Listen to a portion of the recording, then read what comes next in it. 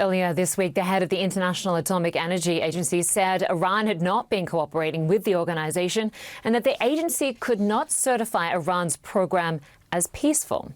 Rafael Grossi, Director General of the International Atomic Energy Agency, has been supporting the talks between the United States and Iran. He joins us now live from Vienna. Great to have you with us. Thank you very much. Good to see you again. Yes, good to see you. So let's begin with those talks that I understand you've been working closely and intensely with the US and Iran. To what end, and what can you tell us about your involvement? Well, what I should say, what we should recognize, first of all, is that this is a negotiation between the United States and Iran. And the negotiator is Special Envoy Ambassador Steve Witkoff, and the Foreign Minister of Iran, Dr. Abbas Araghchi, is the Iranian negotiator. Of course, I talk to both very regularly because of the obvious reason, I would say, that any agreement, to be credible, to be serious, will have to be verifiable. And we are the agency that has been verifying Iran for decades. And it is, of course, to be expected that if we get to the point of an agreement, what they agree should be verifiable. There should be a system to ensure that all these principles that hopefully, and we can discuss about this, hopefully will be reached at some point, can be guaranteed as being observed. So our role is a supportive role at this stage, and we hope that if the process continues, then it will become more formal, more open. Donald Trump has been asked about these negotiations quite a bit in the last few days. He told reporters at the White House on Monday this. I just want to play some sound. They're just asking for things that you can't do. They seek enrichment. We can't have enrichment. We want just the opposite. And so far, they're not there. I hate to say that because the alternative is a very, very dire one, but they're not there. We can't have enrichment. Those words from Donald Trump. Do you agree with President Trump that Iran should not be allowed to enrich uranium at all?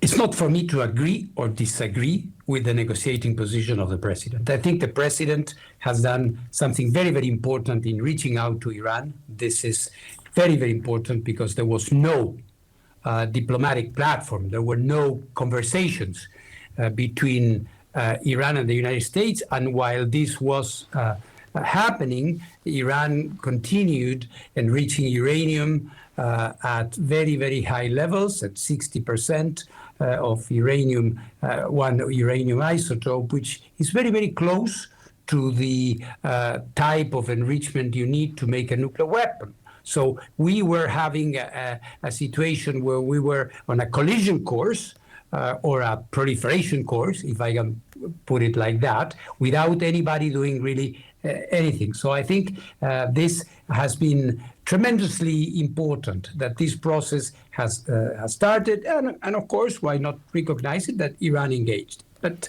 what I think the president is referring to there is, of course, the bone of contention that seems to be affecting the negotiations, which has to do with enrichment. And it is very clear that this technology, of course, because of its potential proliferation effects, needs to be addressed in a correct way. In abstract terms, no technology is forbidden. The problem here, or the situation here, is that there is an international concern. Sometimes my Iranian counterparts remind me of this. They say, well, all the technologies should be available for us, which in principle may be correct, but the other side of the coin is that there has been a patchy past, and there is a legitimate, I would say, concern, which I have been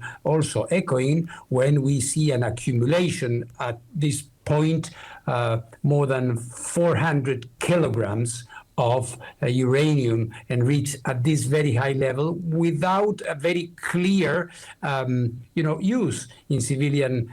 Theoretically, there are, but the reality is that Iran is the only country in the world that is doing this. So I see the concern not only on the part of the President of the United States, of course, which is essential, but in general in the international community. So the point here, and I think what Ambassador Witkoff and their counterparts are going to be discussing is whether there can be a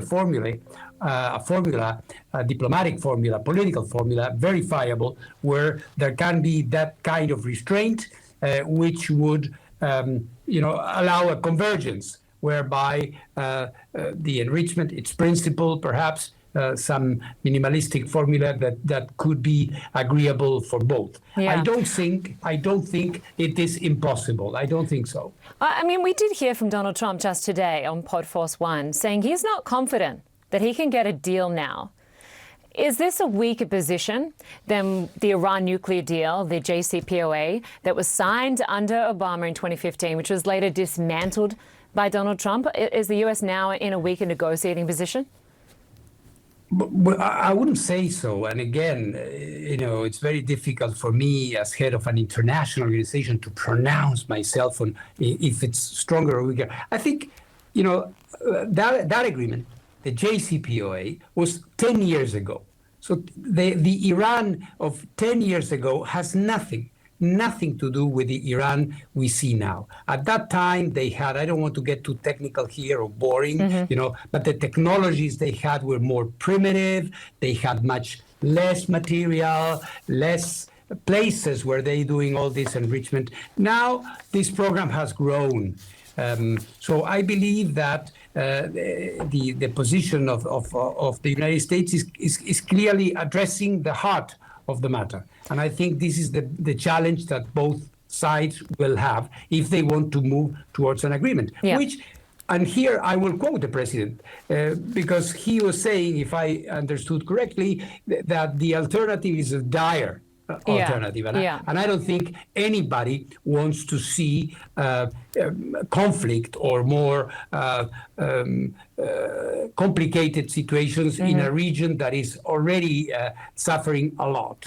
Just quickly, can I just ask you about one option for continued enrichment that could benefit energy projects around the Middle East? This idea that's been floated of a regional consortium. Do you think that's a good idea? And where it should be? I think it's an imaginative idea.